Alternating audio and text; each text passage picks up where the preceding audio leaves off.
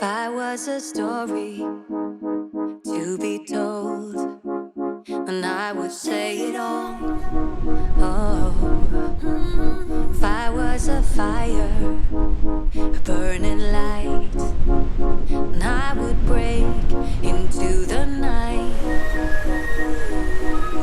Come to me, come tell me how I'm wired. I know I'm about to be set on fire. Come to me, come tell me why I reach for the sky when I fear the night. So tonight I've come down to South Wales and I've come to an area called Nash Point. Now when I've looked on Google Earth and I've also looked at some images on Flickr, I've seen that there's a lighthouse, but I also saw that there's some cliffs. And if you park in the very first car park you come to, which is near the cafe bar, and you walk down towards the sea, you come down to these cliffs, and there's just cliffs on either side. Absolutely stunning. I didn't even know this was here. One of the good things about landscape photography is doing your research and finding new places to go.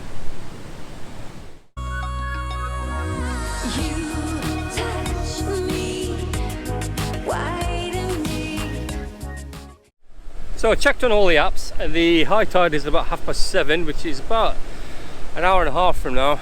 I also use the Clear Outdoors app and it says there's a fair chance of there being a sunset. Now if I look at the sky, the sun's out, there's some nice mid-level thick chunky clouds. There is some low-level cloud as well, so we'll have to see.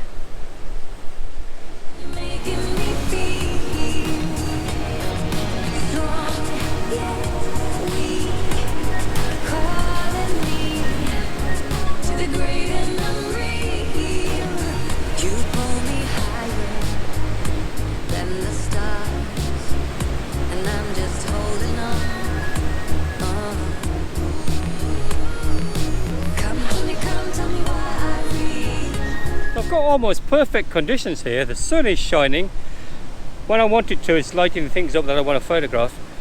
When I want to point into the sun, there are plenty of clouds around, so just wait a few minutes for the clouds to pass over the sun and darken it down a bit. We've got the waves crashing, so there's no idea of having any kind of filters on, because why would you want to flatten this out? It's absolutely awesome. So I've put a 24-70 lens on, and I've been taking photographs of the cliff to my left hand side when the sun's lighting up, taking multiple shots.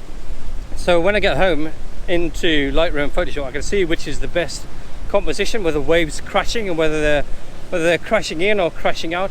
I think the shutter speed was probably around 1/3 of a second.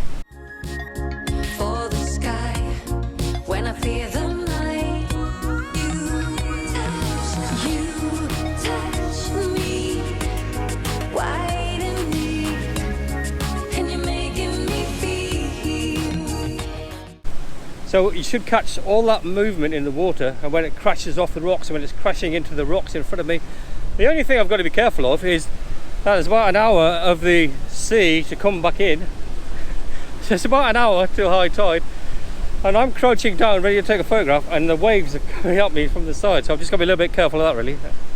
I've also taken a panorama. I don't know how that's going to come out, because it's quite a long way from the cliffs on the left to the cliffs on the right, and in the middle there's not a lot. There's probably just a little bit of clouds, so we'll see how that comes out.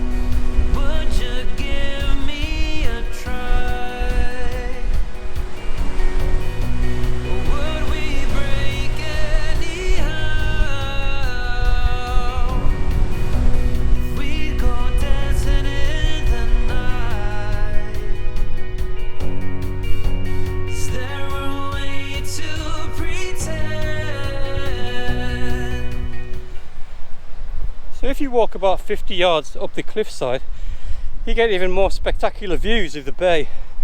And one side of the cliffs, anyway, you can't really get the other because you're over the top of it.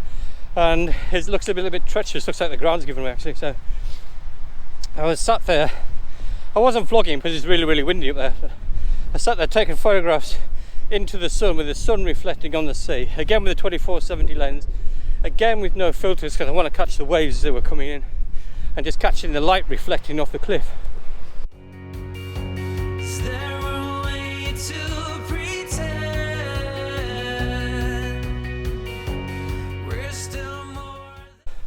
So one of the main reasons for being here was Nash Point Lighthouse. In fact, there are two. I think this one's called Lower Lighthouse and that one's obviously the Nash Point Lighthouse. I've spent an hour down there on the coast, on the beach, so this is quite a stunning location. It's a little bit off the beaten track. Once you go off the M4, that is. You get off the M4 and then you drive, it's probably only about 8 miles, down a narrow, windy road and you come towards the sea. Is it the sea or is it the Bristol Channel? I guess it's the Bristol Channel because I can see parts of England over there. Anyway, at least you get to see crashing waves anyway, which is one thing that's severely lacking in my home area of the Cotswolds, which is one of the reasons I came here really. Having spent some time in Scotland and in Skye with all the magnificent mountains and lakes and oceans and what have you, I needed to revitalise my spirit. I just needed the sea and some rocks and cliffs to get my juices going again really.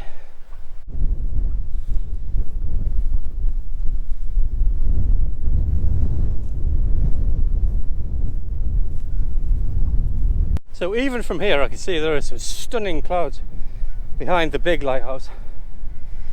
I guess composition wise I've got to avoid, I don't know what it is really, it looks like a telephone mast or something like that, but if I can get the lighthouse, even with this light, before it gets dark, before the sun sets, with those clouds in the background, that should be very dramatic.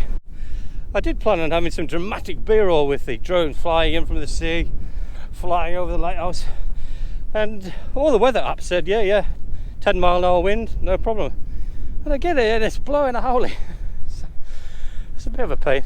Anyway, in an hour or so we'll see if the wind dies down and then see if we can get some of that b-roll, because it should be quite fascinating to see.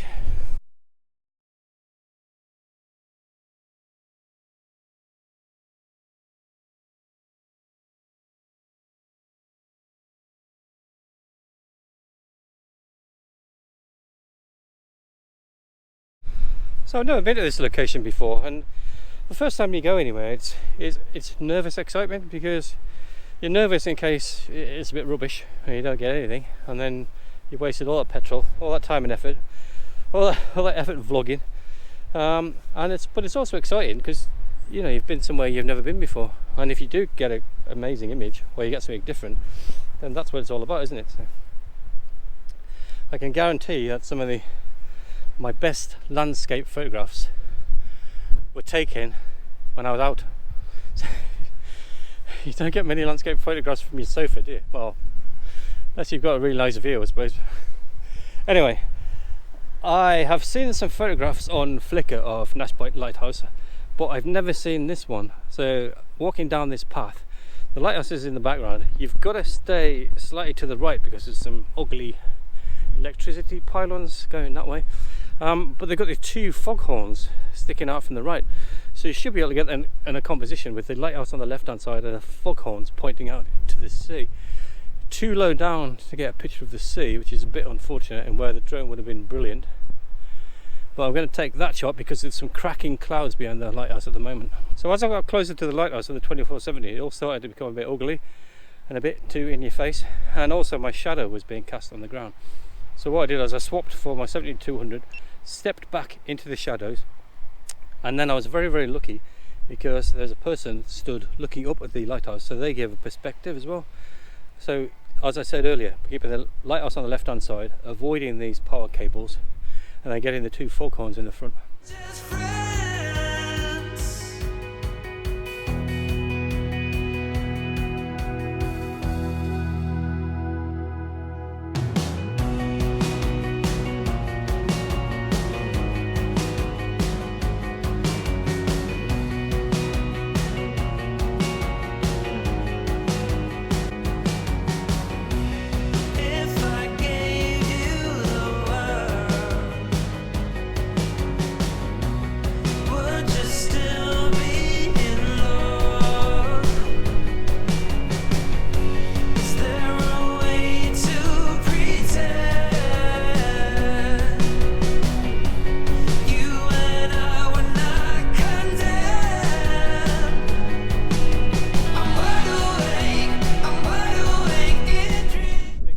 sign says in big red, black and yellow letters, do not fly your drone here.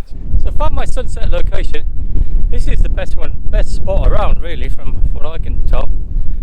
Composition wise, you've got the big lighthouse on the right hand side, the smaller lighthouse sitting on the rocks, and then the rocks just going straight down into the sea with the waves crashing. The sun will set just behind the small lighthouse, so that's perfect. I would have preferred to have been a little bit closer, but I can't get there. There is a whole heap of brambles and nettles and God knows what, and I can't walk around the edge because it's far too treacherous. In fact, where I'm going to sit and take a photograph is what's becoming usual for me, quite a treacherous, scary place. I'll show you in a minute. So sunset is in about an hour, so I'm just going to sit and chill, take in the sea air, listen to the waves and get ready.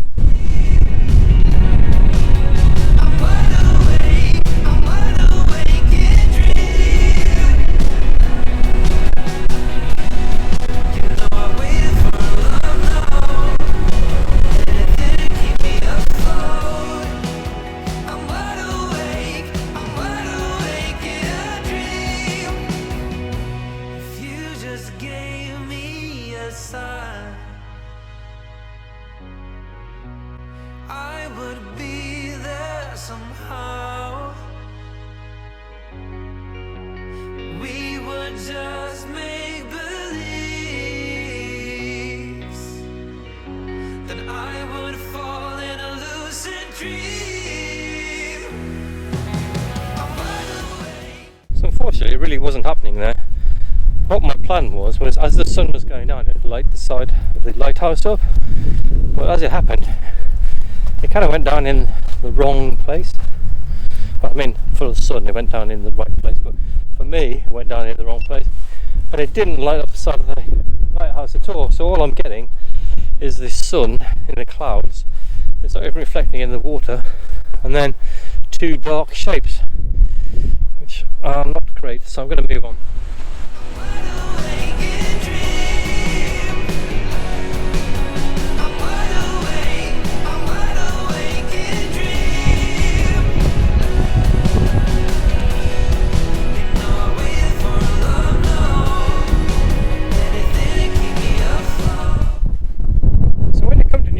Like this that you've never been to before, you have to keep looking. I sat back there on that other location for probably 3/4 of an hour before I realised it wasn't very good, and then I walked back towards the car and came across this. That is so much better. Luckily, hopefully we'll get the waves crashing into the rocks at the bottom, we'll get the cliffs, and then we'll get the two lighthouses as well. And it looks like the clouds are actually turning a little bit orange, so gotta keep moving.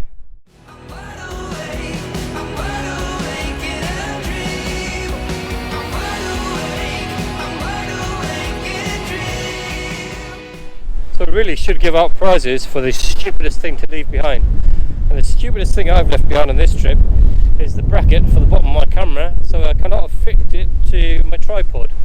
So not only am I carrying around 2 kilos of tripod for no bloody reason, but it also means as it's getting dark, I'm having to crank the ISO up. Now at the moment it's only somewhere between 125 and 500, which is not too bad. But as it gets darker, that's going to get harder and harder. So I may have to miss the best of it, but to be honest, I think we probably had the best of it now anyway. So.